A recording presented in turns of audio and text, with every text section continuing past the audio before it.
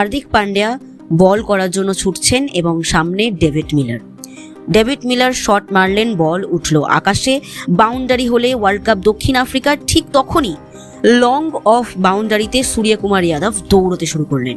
চোখ আকাশে, পা বাউন্ডারি রোপ থেকে একটু ভিতরে, আর সেই উল্লেখযোগ্য সেই ক্যাচ যেখানে যতীন সাপরুর সেই কমেন্ট্রি, যা হিন্দি ধারাভাষ্যের অন্যতম একটি কমেন্ট্রির মধ্যে একটি হয়ে ওঠে।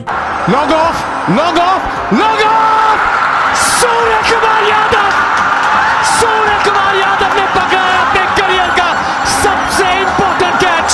এই মুহূর্তটা কোনো স্ট্যাটিস্টিক্স নয়, এটা রিফ্লেক্সের গল্প, এক্সপিরিয়েন্সের গল্প, আর সবচেয়ে বড় কথা প্রেশারের মধ্যে ঠান্ডা মাথায় সিদ্ধান্ত নেওয়ার গল্প, যা সূর্যকুমার যাদব সেদিন করে দেখিয়েছিলেন।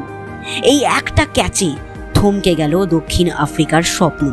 এই এক মুহূর্তেই ভারত পেল তাদের দ্বিতীয় টি-20 ওয়ার্ল্ড কাপ 17 বছর পর। ওয়ার্ল্ড কাপ জয়ের পরে ভারতীয় টি-20 ক্রিকেটে আসে সবচেয়ে বড় এক পরিবর্তন। রোহিত শর্মা ও বিরাট কোহলি দুজনেই টি-20 ফরম্যাট থেকে সরে দাঁড়ান।